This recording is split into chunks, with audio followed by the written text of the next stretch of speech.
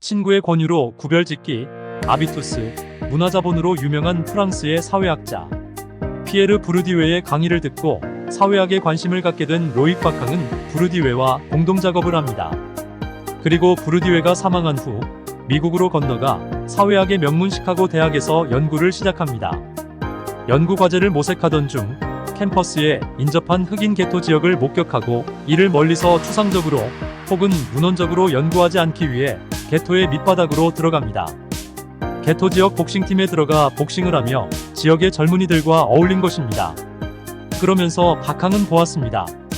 복싱으로 성공하지 못한 많은 흑인 젊은이들이 감옥을 들락거리는 것을.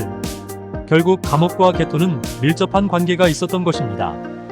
바캉은 가난한 게토 주민들이 감옥을 들락거리면서 더욱 가난해지고 그 가족도 복지 혜택을 받지 못하게 되는 이러한 메커니즘을 목격하면서 왜 이 같은 악순환이 벌어지고 있는지 를 질문하며 감옥을 조사하기로 하였습니다.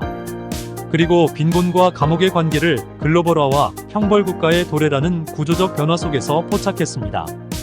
그 내용이 바로 가난을 엄벌하다입니다. 바캉의 말입니다. 경제 규제 완화와 형벌 규제 강화는 한 쌍을 이루고 있다. 사회복지 투자 완화가 복지국가의 와해를 야기하자 계층 구조가 불안해졌다. 불안전으로 초래될 사회 해체를 저지하기 위한 수단으로 형무 예산의 초과 투자가 요구된 것이다. 형무 인플레이션은 신성 불가침한 자연적 운명이나 재앙이 아니다. 전반적인 민주주의 대토론을 거쳐 요구할 것은 요구하고 결정할 것은 결정해야 하는 정치적 문화적 사안이다. 곧 국가가 법과 질서를 내세우면서 범죄를 강력하게 근절하겠다고 나선다고 무작정 박수칠 일이 아니라는 뜻입니다. 쉽게 말해 법무장관이나 검찰총장 혹은 검찰과 경찰이 나서는 사회는 그리 좋은 사회가 아니라는 말입니다. 이 책 일부는 미국산 형벌국가는 어떻게 전 세계에 파급되었나? 를 묻고 있고 2부는 유럽이 왜 사회복지국가를 포기하고 형벌국가를 추구하나? 를 묻습니다. 먼저 바캉이 주목한 것은 미국의 뉴욕입니다. 1990년대 루돌프 줄리아니 뉴욕시장은 윌리엄 브레튼 뉴욕시 경찰국장과 손잡고 톨레랑스 제로, 곧 인내심 전무 정책을 들고 나왔습니다. 범죄의 온상인 빈민지역을 청소해 국가의 질서를 잡겠다는 브레튼의 불관용 형사정책은 언론의 환영을 받았습니다. 범죄의 가장 확실한 발생 원인은 죄인 그 자신이다. 라는 브레튼 경찰국장의 지론대로 그는 기업이 이익 목표를 정하고 관리하듯이 범죄 등록 건수를 관리하기 시작했습니다. 뉴욕 경찰국장은 기업가처럼 매일 범죄 건수를 챙기는 경찰 업무를 지휘했습니다. 그 결과 윌리엄 브레튼은 뉴욕의 치안 유지 예산을 대폭 늘렸습니다. 사회복지 분야 예산이 3분의 1 삭감되는 동안에 뉴욕의 치안 예산은 40% 인상되었습니다. 체포자 숫자가 늘어나자 법정에서 이와 관련한 재판을 감당하지 못해 쩔쩔매는 법정 병목 현상까지 벌어졌습니다. 이렇게 사소한 경범죄에도 강력하게 대응하겠다는 이 뉴욕의 톨레랑스 제로 정책은 법 집행을 공격적으로 하는 형벌 정책의 대표주자가 되었습니다. 그러자 지나치다 싶을 정도로 위험한 범죄 도시의 리더로 알려졌던 뉴욕이 갑자기 미국에서 가장 안전한 도시로 떠올랐습니다. 그러나 바캉에 따르면 뉴욕은 통계적으로 한 번도 전자인 적도 후자인 적도 없었습니다. 바캉의 말입니다. 흑인이 많이 사는 동네의 범죄율은 분명 줄었지만 그곳 흑인 주민의 3분의 2는 줄리아니의 정책이 경찰의 공격성을 더욱 강화했다고 본다. 3분의 1만이 이제는 안전한 도시에서 사는 것 같다고 대답했다. 반면 뉴욕 백인은 58%가 범죄 엄벌주의를 실시한 줄리아니 시장을 칭찬했고 87%는 이제 덜 위협받고 사는 것 같다고 대답했다. 그렇다면 톨레랑스 제로 정책은 완전히 상반된 두 얼굴을 보여주는 셈이다. 대상은 흑인이고 그 수혜자는 백인이다. 형벌국가 강화는 그 간접 효과를 보나 실제 기능을 보나 카스트의 장벽을 재복구하거나 강화하고 있다고밖에 볼 수 없다. 뉴욕에서 탄생한 이 톨레랑스 제로 정책은 영국으로 건너갑니다. 그리고 다시 유럽 대륙으로 넘어가 전 세계로 번개처럼 퍼져나갔습니다. 그리고 마침내 검찰공화국이 대한민국에서 화려하게 꽃을 피웠습니다.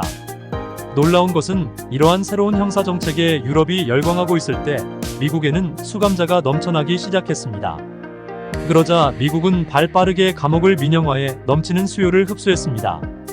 결국 감옥 산업은 갑자기 월가의 블루칩으로 떠올랐습니다. 그러나 박항은 이렇게 감옥 산업에 관해 비판합니다. 인구 일부를 투옥시켜 얻는 효과는 일정 구역을 직접 감시 체제 아래 놓아 얻는 효과는 한마디로 총체적인 침체이다. 학업, 취업, 결혼 계획의 전면적인 차질, 가정 불안, 사회 조직에서의 소외, 빈민가에 그냥 처박히기, 사회에 대한 불만, 정부에 대한 반발, 자포자기, 반항, 온갖 정신적 격리 현상들, 고통, 감옥행이라는 통과 이래, 인간 불신, 상호 폭력.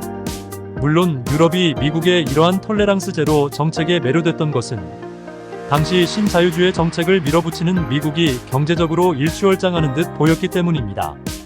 게다가 그동안 유럽 경제를 지탱해왔던 아프리카나 아시아 등지에서 대량 유입되어 온 값싼 노동력이 경제의 침체와 더불어 부담스러워졌기 때문이기도 합니다. 영국의 브렉시트나 최근 독일 극우 정당의 난민 반대는 바로 이러한 연장선상에 있습니다. 그러나 박항은 이렇게 지적합니다.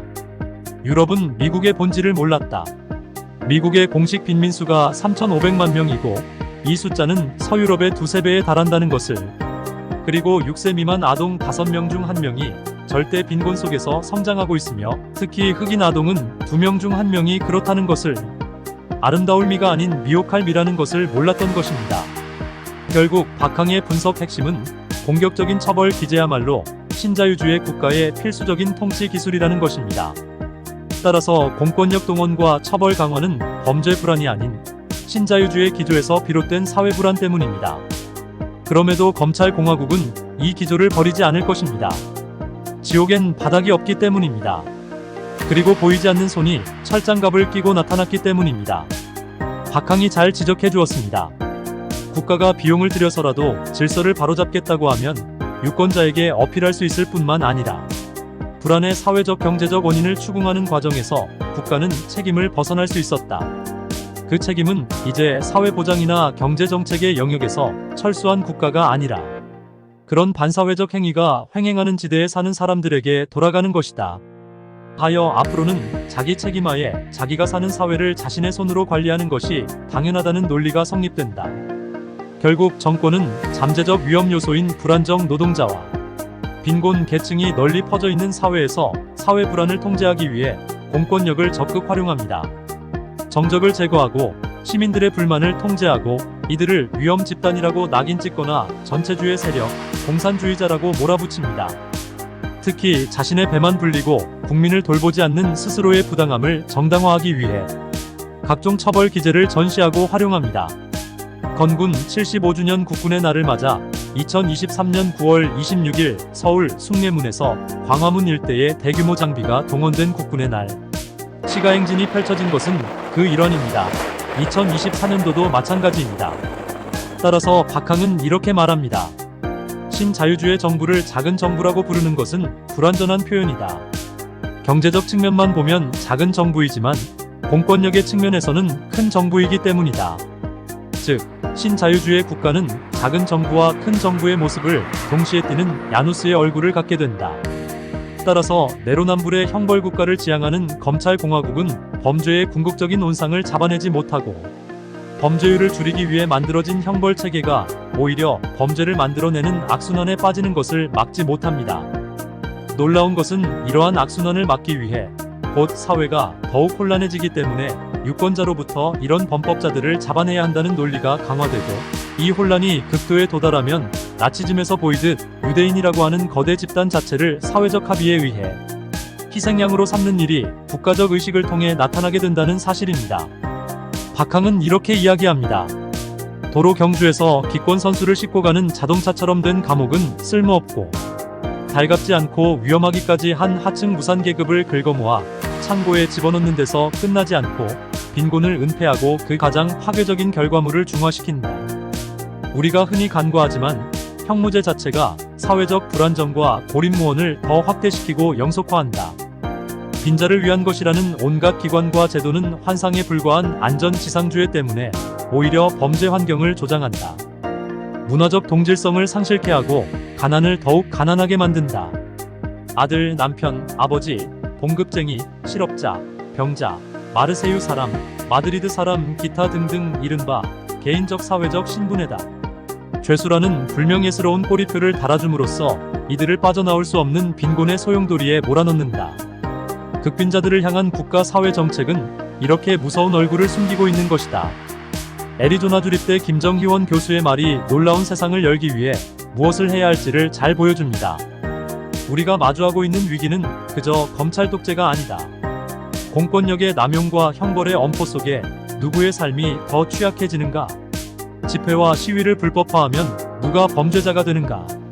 우리 사회에 어떤 수준의 절망이 도사리고 있으며 오늘의 생존을 걱정하는 이는 누구인가? 자포자기한 사람들을 엄벌한다고 사회가 안전해지지 않는다.